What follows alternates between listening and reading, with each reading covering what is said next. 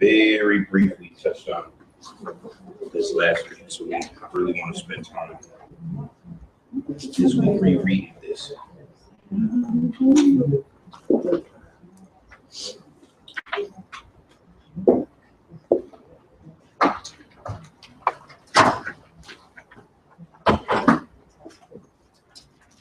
All right, we've done the 10 Commandments, and just for the sake of time, we obviously didn't go through all of the laws because it would have taken us for the rest of the year to even read through Exodus 19 through 31. But just remember that those instructions listed was not only just religious instruction, but they were also their nation's instructions, right? Like that's the main thing. That's the main thing to remember here is that this is no separation of church and state, so to speak, in our concept. So these rules and regulations were their laws, right? It was their legal binding agreement as well as spiritual. So just remember that, right? It's no different than you have federal laws, state laws, right? Connecticut has certain laws. United States has certain laws. Like these rules and regulations, if you become a citizen here, if you visit here, if you're born here, regardless, you have to abide by them. Same thing is here. This is why you'll see some of the rules between 19 and 32. We'll talk about even aliens or visitors or travelers, depending on what your translation says, right? Meaning even people who visit are subject to these laws, one of which was the Sabbath, remember? That may sound strange from a spiritual sense, but not physical, because even if you visit another country, like I think it's in Singapore, you can't take gum and put it on the ground, right? Whether you know that as a law or not, whether you're from Singapore or not, even if you're visiting, you can't do it, right? So that's their rule. So that's just how it goes there. So just be mindful of that. Don't think about these things only from a spiritual sense or religious sense. Think of them as these were these people's national laws. All right, let's reread 32, Exodus 32, verses 1 through 6. Actually, hold on. Actually, start from 31 and read 18. So 31, 18 through 32, verse 6. Read nice and loud. When the Lord finished speaking to Moses on Mount Sinai, he gave him the 2 tablets of the testimony, the tablets of stone inscribed by the finger of God. When the mountain, they found Aaron and said, "Come, make us gods who will go before us. As for this fellow Moses who brought us up out of Egypt, we don't know what has happened to him."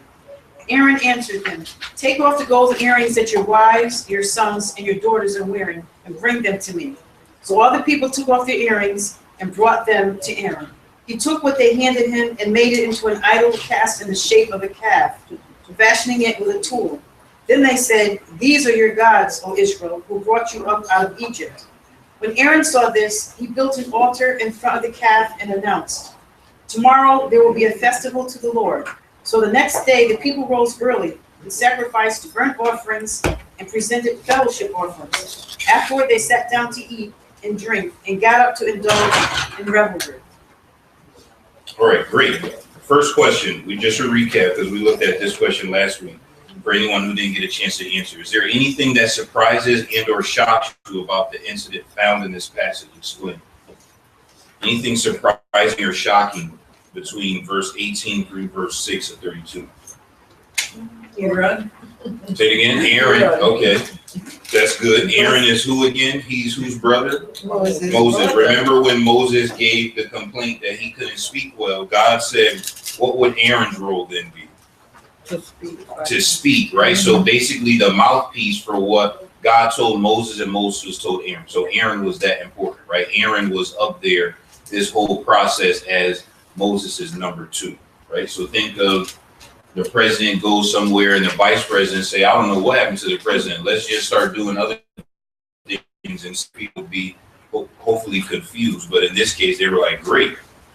Anything else shocking? Yeah, to me, the mere fact that they could actually take something with their own hands, create it, and then say, these are your gods of Israel who brought you up out of Egypt. How could something I made with my hands, or we make with our hands, how could something like that have, you don't have that kind of power or authority in your hands to make something and then backtrack and say, this is what brought you up out of Egypt. That was kind of appalling to me. No, that's a great thing, because there's one thing to say, hey, we don't know what happened to Moses, we're scared of God, so let's just make something as a substitute. But it wasn't like a substitute to them, it was a replacement.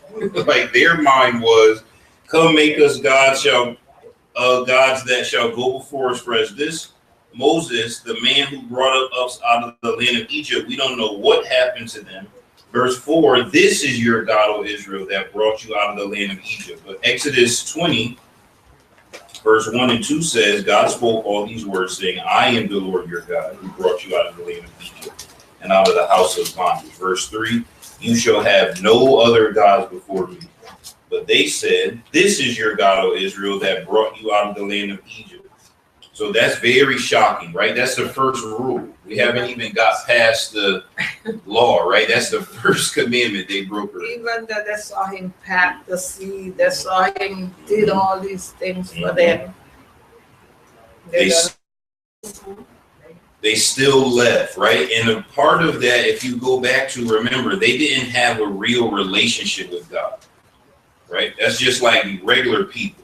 Because just because somebody married don't mean you have a real relationship. Because when troubles come, people nowadays, look, I'm out of here. Because they never really had a cementing bond, right? When you have a vested interest in something, you won't run, right? It's the difference between just regular employees and the board of directors, right? Board of directors get money from the profit of the business. So they have an invested interest in the success of the business. As an employee, we just signed the back of the check, not the front.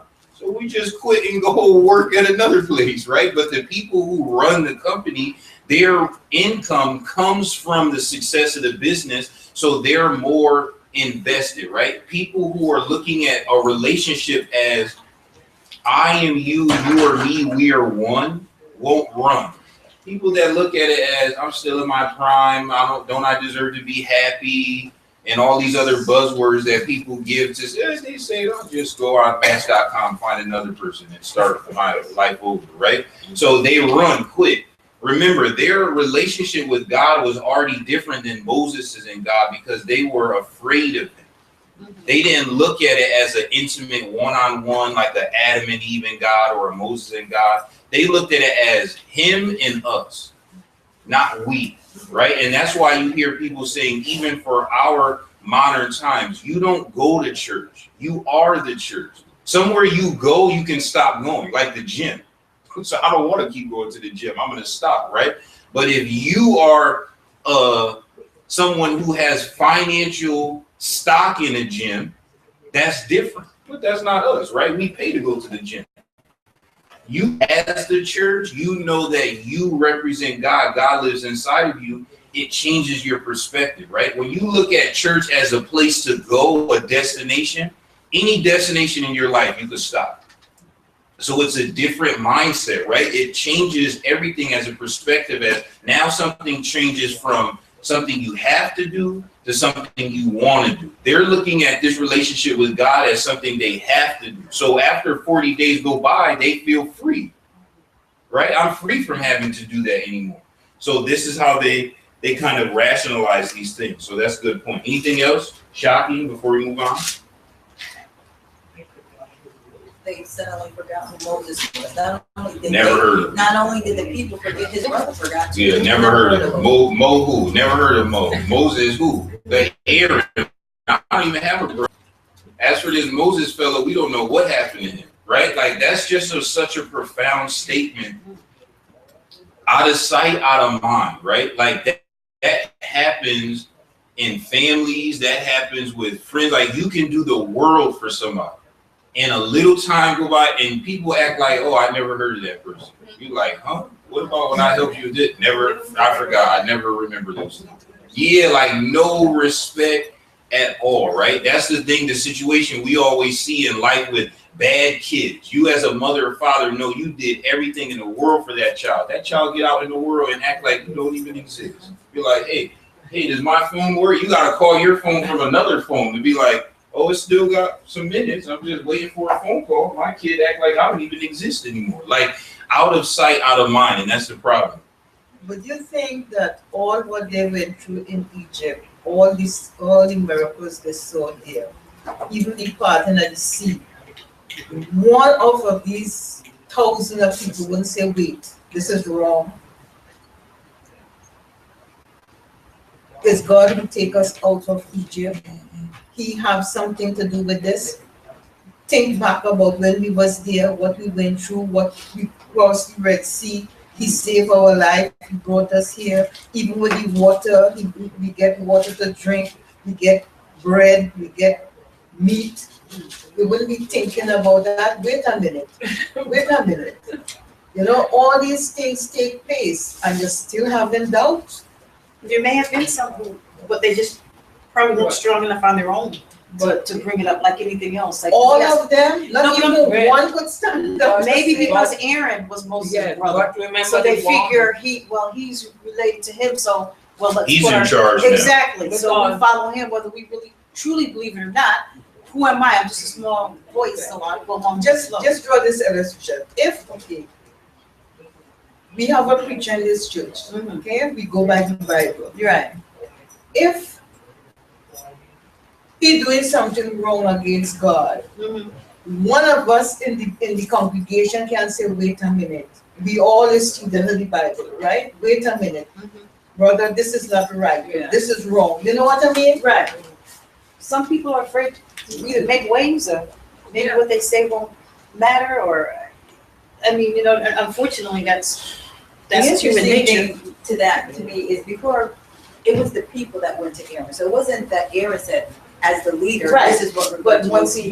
But before they got to Aaron, the people had a responsibility. Just like today, we all have a responsibility. I have seen it in church where people should speak up. They don't speak up. It has nothing to do with the minister. It could be something that's going on around them, and they don't. And God's not judging the leader. Everybody has a voice, right? And everybody should speak up. It has nothing to do, because this is before even Aaron got there. They had decided among themselves, hey, let's go to Aaron and let's say this, right? Someone could have said, well, no, or I'm not going, or you guys go, I'm not going to take. But everybody was on the same page. And it's interesting how people really forget. They go along with the majority to get along, right? I just want to go along to get along because I don't want to say anything. I don't want to fight. I don't want to. So I'm just going to go along. Then they brought it to Aaron, and Aaron was like, well, okay. And then they just proceeded. But somebody should have, before he even got to Aaron, said, this isn't right, or I'm not going to be a part of it. But they all went over. What was Aaron's responsibility? He The was leader. Exactly, but he was not so. he was the leader, right? Yeah. He took no responsibility as a leadership role at all. Right.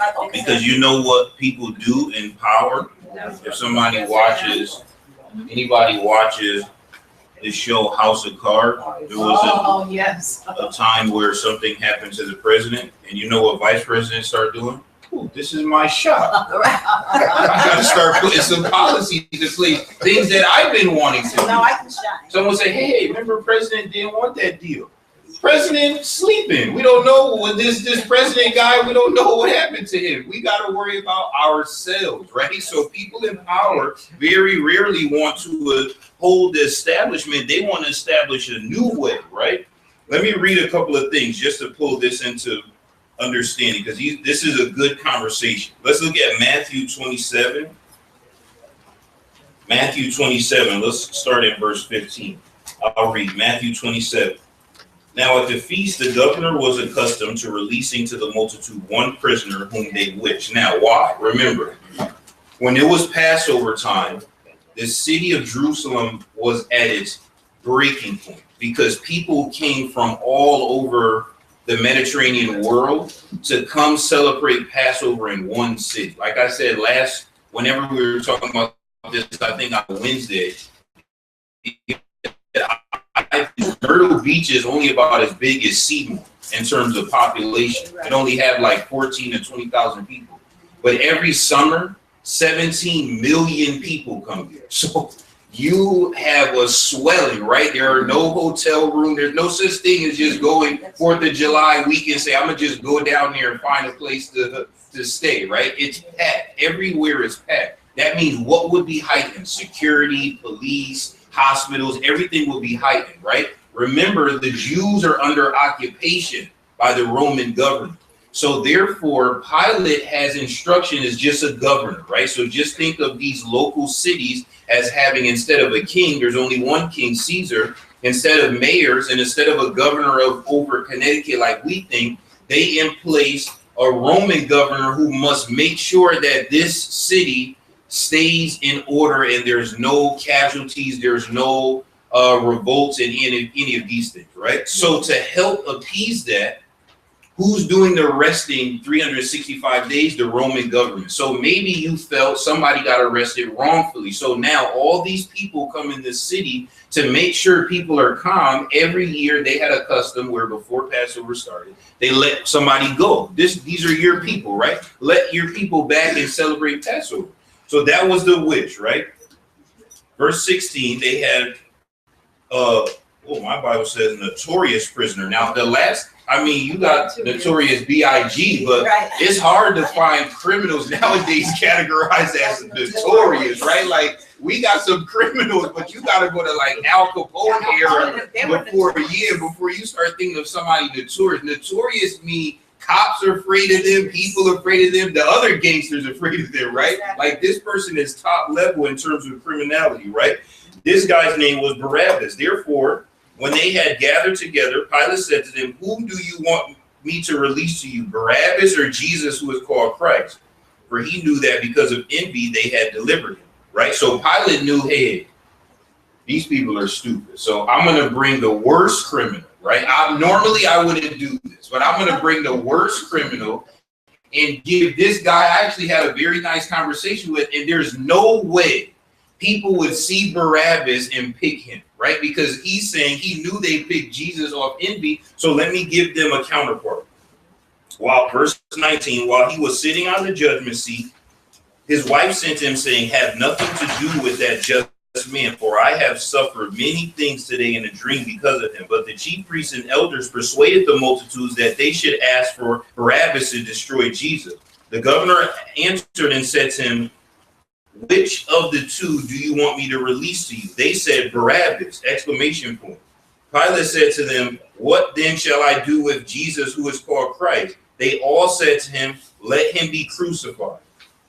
The governor said, why? What evil has he done? But they cried out all the more, let him be crucified. When Pilate saw that he could not prevail at all, but rather that a revolt was rising, he took water and washed his hands for the multitude, saying, I am innocent of the blood of this man, of this just person. You see to it. Then all the people answered and said, his blood be on us and on our children. Now, how did the persuading happen? Right? How did the persuading happen? Verse 20. How did the persuading happen? Because Barabbas was a criminal. He was a thief. Because if Barabbas broke into my house, I would have said, Jesus, give me Jesus. This guy doesn't come back. But persuading started to happen by who? The priests and the elders, right? Yes, and people start saying, that's why another great scene from that movie, Son of God, right? Not everything was accurate, but it helped you visualize this, because when Pilate came out in that movie, whispering started happening. And people were like, hey, say crucify, crucify, hey, say crucify, crucify. And then one of the priests said, crucify. Now the priest said that. Now, to Auntie Michelle's point, I'm just a sinner. I came here, I didn't even have enough money for a white dove. I got a dusty pigeon for Passover. But the priest said, crucify him. So I'm nobody. I can't say to the priest, no. Jesus is better. That's how people feel, right? So let's go to Romans. Romans chapter 1. Romans chapter 1. And there's a full list of things that happen here in chapter 1. 18. For the wrath of God is revealed from heaven against all ungodliness and all unrighteousness of men who suppress the truth and unrighteousness. Because what may be known of God is manifested in them, for God has shown it to them. For since the creation of the world, his invisible attributes are clearly seen, being understood by the things which are made, meaning nature knows who God is, right? Jesus said, hey, if these people don't cry out, the rocks will cry out. But the problem is mankind, even his eternal power and Godhead, so that they are without excuse, because although they knew God, they did not glorify him as God, nor were thankful, but became futile in their thoughts, and their foolish hearts and were dark.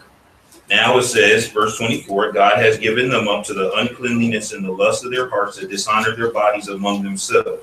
And then he starts going into specific sins that he's referring to that people have been doing free will with no regard of what God told them not to do. But the interesting thing is verse 32. So this full list of people who, knowing that the righteous judgment of God, and didn't Israel know the judgment of God? Didn't they see God's judgment on Pharaoh and his army? Yeah, right. They knew full well who God was. Weren't they scared for the thunder, the lightning, and the trumpets, right? That those who practice such things are worthy of death. Not only do the same, but also who? What other group? Also those who approve of those who practice them. So this is how God differs from humanity, right? Because when people do something wrong, think about Peter asking Jesus, how many times should I forgive this person? Was Jesus concerned with the person and what he did? No, he wanted to tell Peter, you keep forgiving. But that's backwards to us, because we would have said, no fear, this person hurt Peter's feelings. But Jesus's response is always going to be, what about you? That's why I say all the time, whether you're a parent, whether you're in the church, on any level of Christianity, and somebody comes conflict to you, Jesus will have the same response, even if the conflict is someone killed somebody. He's going to say, why are you so mad? Think of divorce, right? As big as sexual immorality is, God still hates divorce, even to the point where he made Hosea marry a prostitute.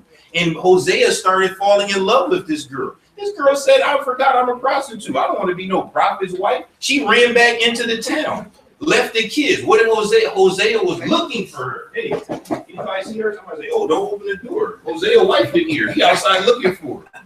Then God said, now you know how I feel.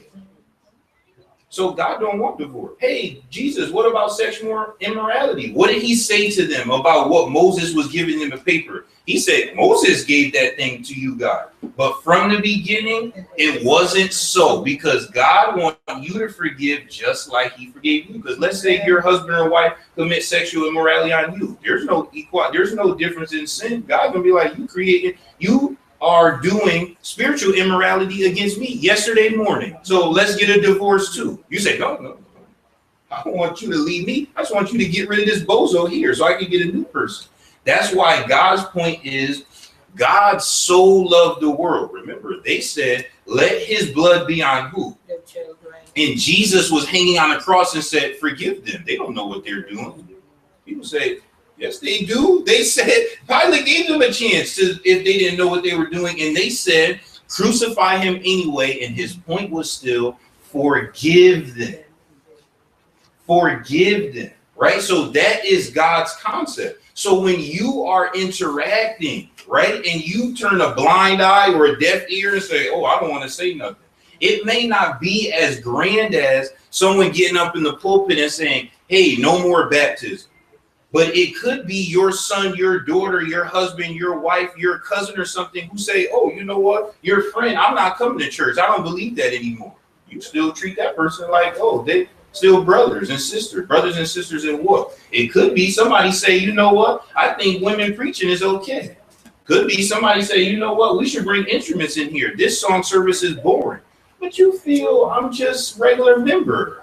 What can I say to them? I don't want to offend them. It could be, you know, two people having extramarital affairs, but you like those people. You don't want to say nothing because you don't want to make waves. You say, I'm not a confrontational person. But what did Romans say? Those people who do wrong are in the same boat of the people that turn a blind eye and approve those things. You say, not me. I didn't do that.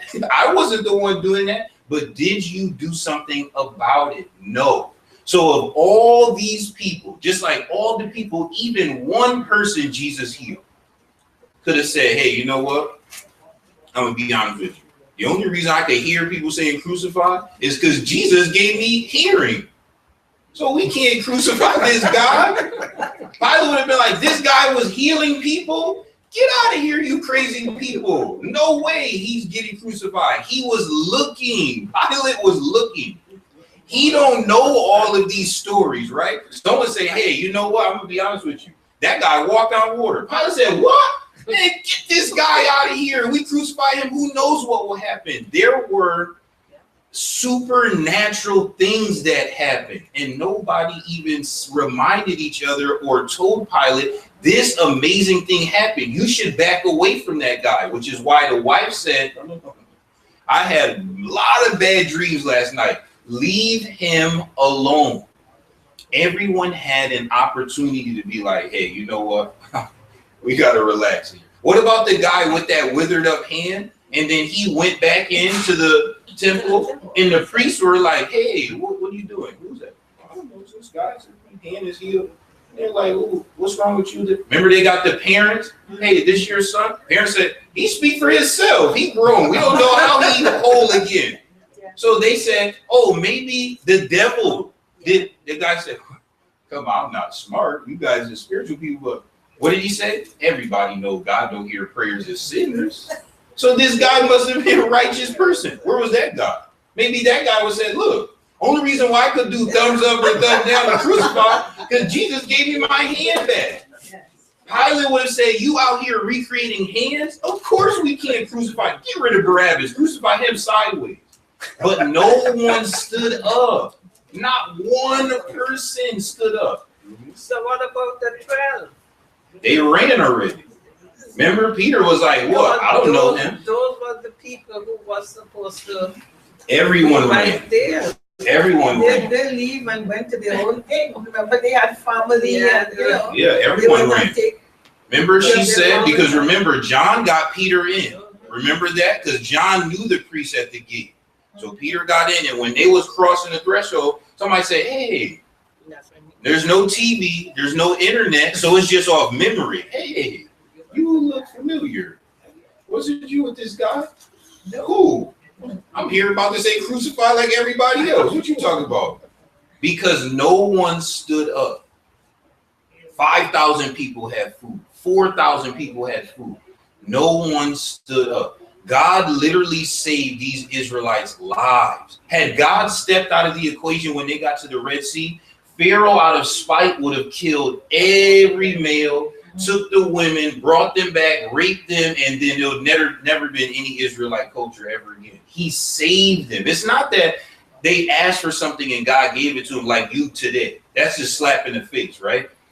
God saved your life spiritually. If it wasn't for God intervening in your life, you'd be condemned to hell. That's why he makes such a big deal about forgiveness, because why are you upset, Peter, at someone else? If it wasn't for me, you would be condemned to hell. You worrying about how many times you should forgive somebody for doing what to you physically.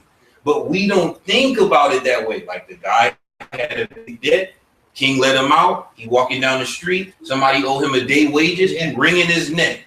And the got back to the words of the king. The king said, I forgave you. Why couldn't you forgive this guy?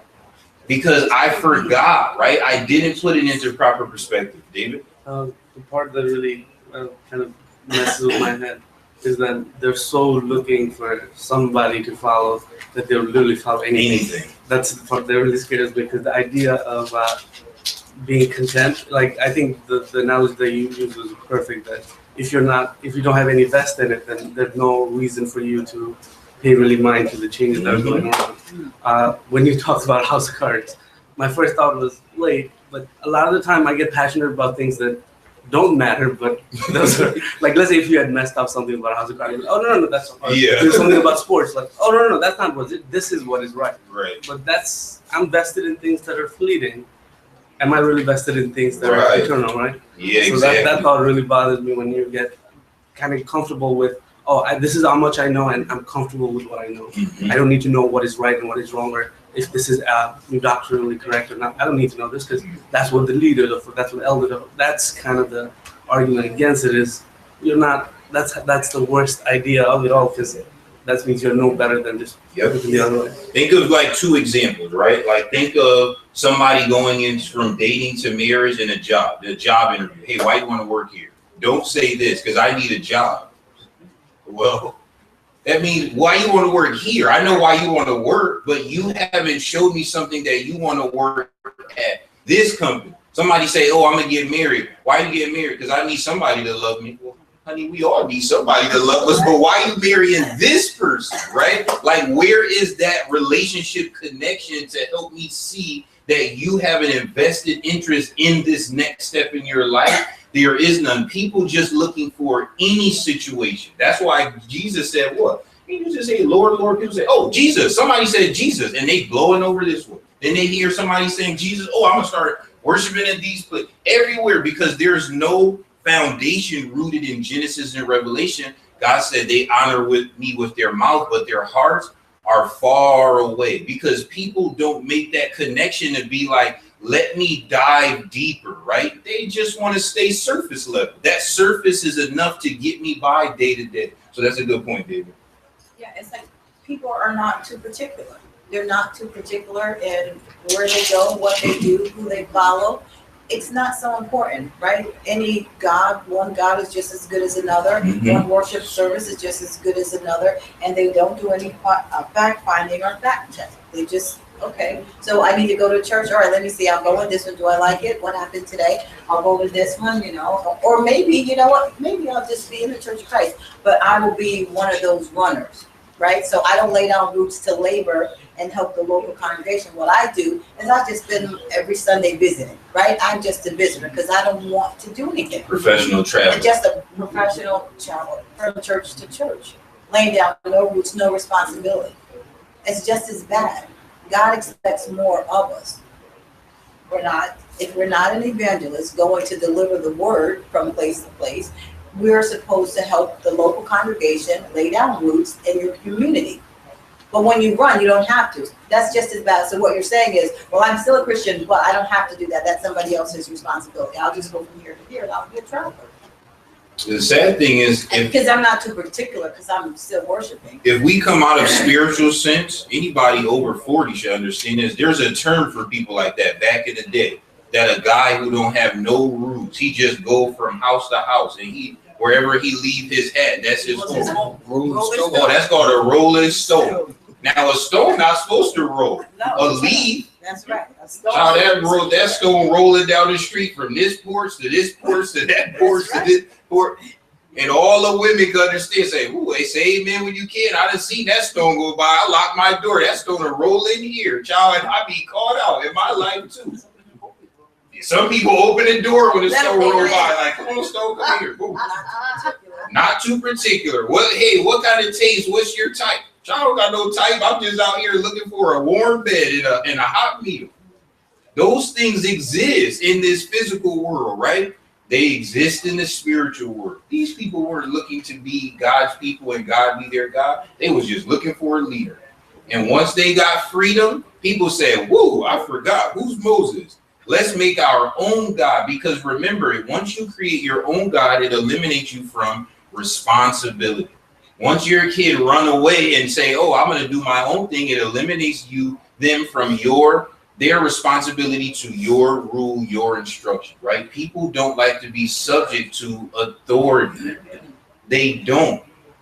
That's why some people run from church, because church tell you have to live a certain way, because if you can do it, I can do it. And people don't like someone telling them what to do, right? That's really the thing. Moses is up here getting rules for them. Don't nobody like rules. They hoping that thunder consume Moses, and we like forget about them rules. Them first couple rules we heard already was too hard. Because this person came out of Egypt with a lot more gold than me, and I want their gold. You telling me I shouldn't want their gold? That's not fair. So people don't like rules and regulations. These things are rules. It's not like Moses coming down here and say, okay, great. Here's what God said, right? He's going to make us this thing, and we're going to go. There's no milk and honey yet. There's no land yet. These are rules. People don't like rules. So when we get our mind wrapped around this concept, we can kind of see this is why they were looking at it so harshly. Okay, look at 2. We did this last week, but we'll recap before we close. Was the golden calf incident a total abandonment of God? Did the use of his name cause God to be pleased? What lessons can be learned from this? Right? Was it a total abandonment? Was the use of his name, did the use of his name cause God to be pleased? What lesson can be learned from this? Because it was totally abandoned because they used it to replace him. They put their stock, their credit, and everything in something that was man-made and totally went against the first commandment. And what did he say about not only after the no gods? What did he say? You shall not make for yourself what? A graven image. In the likeness of what? Anything, yep, heaven or earth, right? Or people said, good, I'm gonna make a fish god. They said what? Or even the water under the earth. You shall not what? Bow down to them. You shall not serve them. Why? For I, the Lord your God, am a what? Visiting the iniquities of the fathers on the who? So children. Child, I don't even forget. I wait till the children grow up. Then I say, hey. You say, hey, what's up? You about to get some iniquity because what your dad did. Hey, no fear. I'm just a kid. God say, that's how jealous I am. I just give out free beatings to anybody, adults and kids. That's how upset I get, right? And then it says, and then how many generations? I keep going to the grandkids, to the great-grandkids. I just keep giving beatings out everyone. Free beatings because that's how upset I am. Don't get me upset. This is just first couple commandments. We didn't even get to any real rules yet. He already said, listen, I am jealous. Don't get me angry. They were scared before. And they said 40 days. Man, this guy was playing. What do you know about? Right? Verse 6, showing mercy to thousands and those who love me and keep my commandments. Right? I'll show love to those who love me.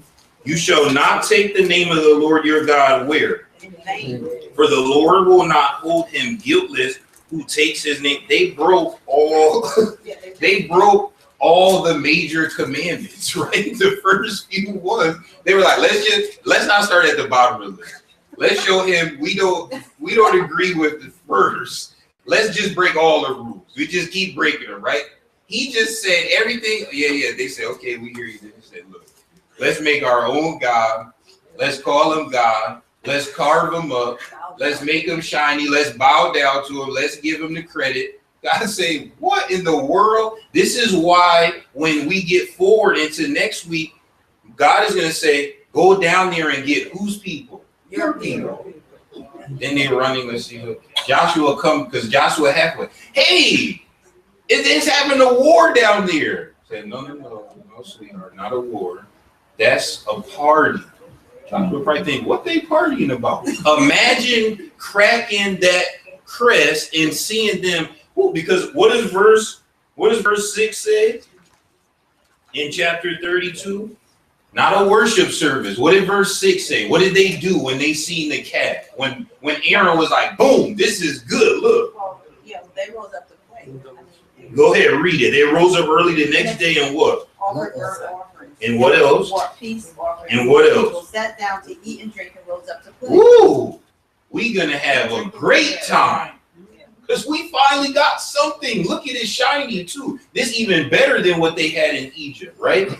This, if you had to rate God's anger, this have to be top, right? Like if you, put yourself in God's shoes. If you were a parent and you just said, hey, here's 10 rules, right? Once your kid get old enough to understand.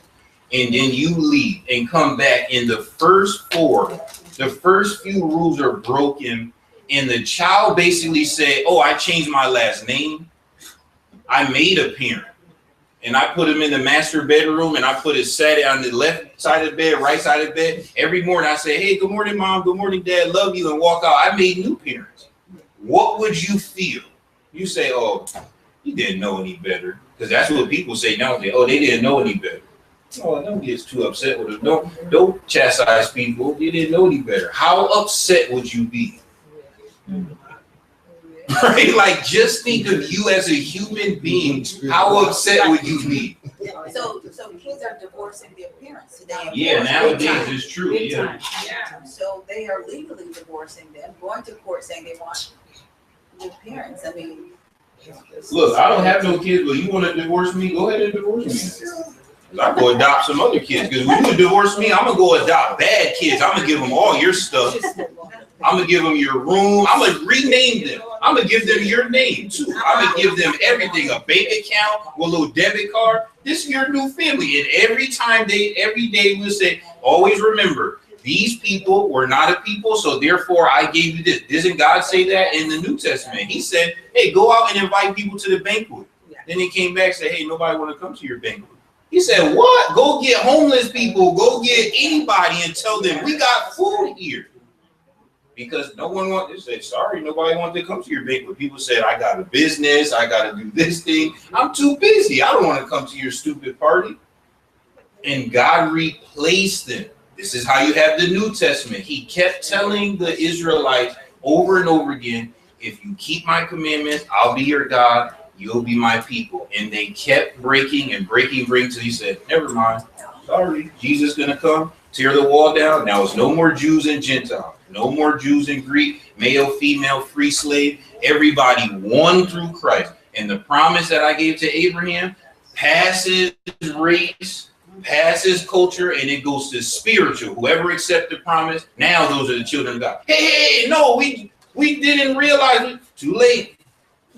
That's what he did, right? Too late. I've been waiting for how many books, how many pages, how many years he's been waiting for you to do right. Patience ran out. Jesus came and established a new covenant. The old is washed away, and now you have the new, all because people forget the beginning, that God is a jealous God. He give out free spiritual beatings and disciplines past the Father to the children, to the third generation and the fourth generation of those who the Bible says hate me. Oh, they don't hate you. Those people hate me.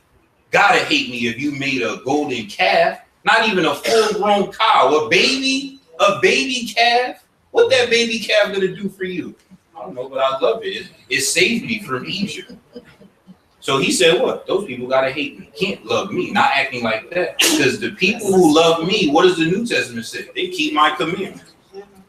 That's why people who aren't involved in their own relationship with Christ is such a big deal, because you are playing with fire. Because God is a consuming fire, it says. You are playing with fire. Like, you don't know what you're doing. That's why Jesus and Stephen said that. Because had you known that, had God give you a glimpse to come to the other side, and God say, look what I'm about to show you, and then take you back, you'd be like, whoa, time out. Yo, I just blinked and seen God and came back. We got to stop this calf nonsense, because God about to come down here, but you can't see. So that's why Jesus and Stephen said, they don't know what they're doing. Because if you knew what you were doing, you would tremble just like Legion.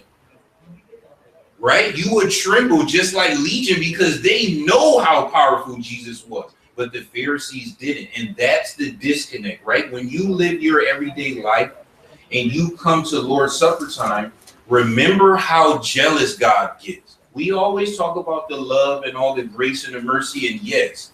But sometimes in life, you only don't do something because you remember the consequences. Remember that God don't forget like you do. God is able to reach into your last name deep past you. Some things happen in your family. Look at, don't we have this? There's certain American families that we say, man, were those people cursed? Because something happened to parents, something happened to kids, is that not true? People had know that in this world. They say, hey, was this a person had a curse, this last name curse? Because this thing happened here. I said, ooh. Remember, God hand long. He could get in there very long. He's outside of time. There's things that you will do as a husband and wife that will set in motion, good or bad, for your grandkids, for your great grandkids. And once that motion starts, sometimes there's nothing you can do about it, right? Even if you try to reach your hand back in, too late, because now everyone have free will. See, babies, you can make them do. But once they become an adult, they start putting on deodorant. The kids start feeling like, I'm just like you. Even I'm bigger than you. So you can't tell me what to do. Now you lose grip, right? You try to grab them. It's like trying to grab the wind. Can you hold on? Can't, right? That is how, look, your Bible tells you that. Don't play with God. When it's God's time, give God his time, because God is more jealous than the most jealous person you know. Slashing tires and breaking windows is nothing compared to how mad God can get. That's light work. That is so light. God said, oh, child, you haven't seen angry. If you think that's angry, I could show you angry where the ground swallowed people up. Imagine the people who didn't get swallowed up. They probably like, oh my goodness. Think about that for a second. What fear would that put into you if all of a sudden during worship service, pews start dropping? You'd be like, oh goodness, what? You sing louder, please don't take me next. That's the type of God you serve. In that wrath, what did the New Testament say? Only Jesus's blood is holding that wrath back. Think about that. Jesus's blood is like, oh, don't get that upset, please, because I understand. But after a while, God gonna say, put your hand down and go get the people, and the other people gonna feel wrath. And Jesus said, what? Even I don't know when that day is, but the wrath coming. I'm just appeasing it for a while. My blood is just pushing it back for a while, but at some point, God gonna say, open that door, and not even me gonna say no. And everyone is going to have a given account for their life. Sister Gloria and then Sister Beulah, and then we'll close. Ellis, what I just like when you have a tornado and all the houses will see 1 or 2 I just think about right? Like think about in the Midwest, we had that like Kansas, because it's so flat, you can see the tornado coming. And sometimes that tornado will just be right down the street. That thing will just bounce. You could literally see it, right? And jump over a house, take the risk.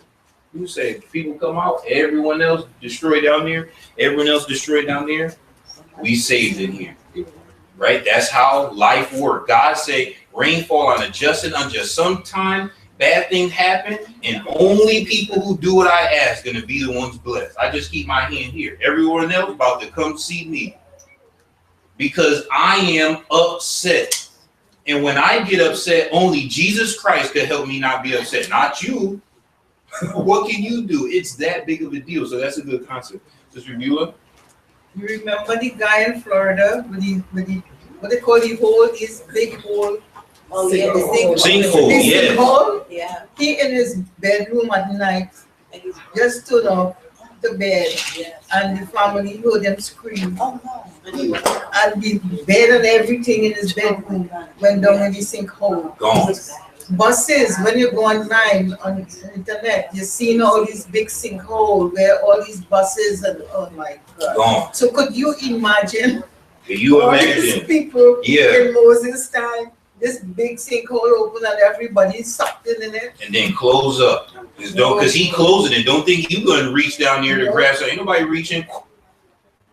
You're going to be like, what would that do to your mentality? See, because God don't discipline people physically that way as much anymore. So when you see people do bad things, doesn't one of the songs we sing say that, well, people been living bad all this time. I don't really see nothing bad happen to them, right? Imagine seeing that, right? Imagine seeing that. What would that do to the next time it was time for worship? You'd be the first, you would beat the morning shift at this hotel to be like, open that door. I have got to worship. Because last week, God swallowed up half the church during service. I got to make sure he don't take me this week. Because it's that amount of righteous fear, but God don't want to rule that way. Just like as a parent, I hope you don't want to rule that way. You want to rule with love. You want your kids to want to do the things that you ask them to do. God is the same way, but God differs from you in this way. If you push him to a point, he's going to say, it's time now. That's where, as a parent, you're not going to say that, because the kids that's divorcing the parents, y'all still love them bad kids. But God going to say, I love them too. But the problem is, I'm going to show them how much I love them through this discipline. and you say, oh no, God, don't, please, no, they don't know any better. God can say, oh yes, they do. They know a lot of better. You don't know no better. I do. Boom, done. Because God knows their heart. God knows their heart. Yeah. God knows their heart. So after a while, God is going to say, I've already judged this world's heart. Pull your hand down. No more intercessions from the Spirit and prayers. Jesus, I understand you know what they're going through, but their time is up. Go get the righteous, and the righteous will now judge the unrighteous. There's no more time. So that's why we have to get our minds wrapped around. Is it always comfortable? No, right? It's better to hear about the good thing, the fluffy thing. But we have to remind ourselves all the time, we serve this same God. This God does not play around. He can reach into your life and have you homeless on the street to prove a point. He is that powerful. He can touch your health where there is not a smooth or a comfort part of your entire body. Why would you play around with him? Don't let physical accolades, success at work, relationships ever make you think that you doing the right thing. This book tell you if you're doing the right thing or not. That is the guy, right? We be like, oh, this person must be doing what God wants. They got a lot of success. But are they worshiping and having a relationship? No. So God may be letting themselves be built up so that what? The bigger they are, what happens? Harder they fall. Then when you come back crawling, what God said? I told you not to be chasing after those things. I said, seek ye first what? The kingdom. I would have gave you all of them things anyway.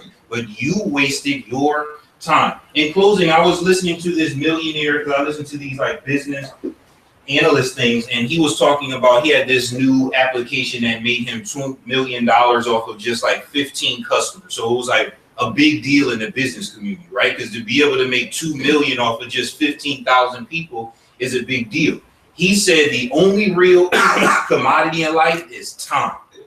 Now, why would a millionaire talk that way? Because he felt if I had more time, I make more money. I just proved I can make $2 million off 15,000 people. If I have 48 hours in a day, I'd be able to double, triple. Think that is a spiritual concept. Is your commodity is time. As long as you have breath in your lungs, you got a chance. But when that chance run out, not all the money in the world can do anything to get it back. Once time is gone, think it's gone. Nothing will ever bring that back. So we have to make sure that today is May 1st. I'm going to stop wasting my time and God's time, right? Today is a new day. You might have did something yesterday that have ramifications for today, but you still have a chance. God is in the forgiving business. Today, when we worship, give God a great worship. Say, God, thank you for bringing me to May. Thank you for giving me another chance, and I'm going to be better for you. All day long, I'm going to try my best to have a good day. The men were talking about that Wednesday. You know how hard that is to just say, I'm going to have a good day all day long. You could have woke up this morning, say, hey, I'm going to have a good day, and already people got you upset. It's hard to just have a good day, let alone do these commandments in this book, but it starts from somewhere, right? So today, at least for us, let's have the goal to be like, we'll do better. And is God, as God is seeing you trying, he'll say, yes, that's all I want. Literally just somebody say, I have a good day. Man, that's all I want. They make a big deal over the little things. All I wanted was someone to try. Just try and I'll be happy. Jesus' blood will do the rest. Okay, we're over time. Let's close. And let's have a word of prayer and transition. Heavenly Father, we thank you for this beautiful and blessed day. Thank you for giving us the opportunity to worship you in spirit and in truth coming up. We ask that what we'll be doing in a few moments will be pleasing to you and come to your room, a sweet smelling aroma. We ask that you be with those traveling here, that you bless them without the loss or harm of any. Thank you for giving us the ability to study your word. We ask, dear God, that you forgive us of our sins and that we remember that you are a jealous God, and we give you honor, due, and praise for all that you have and continue to do in our life. In Jesus' name we pray. Amen. All right. Thank you for everyone who had their comments and everyone who were our Bible readers.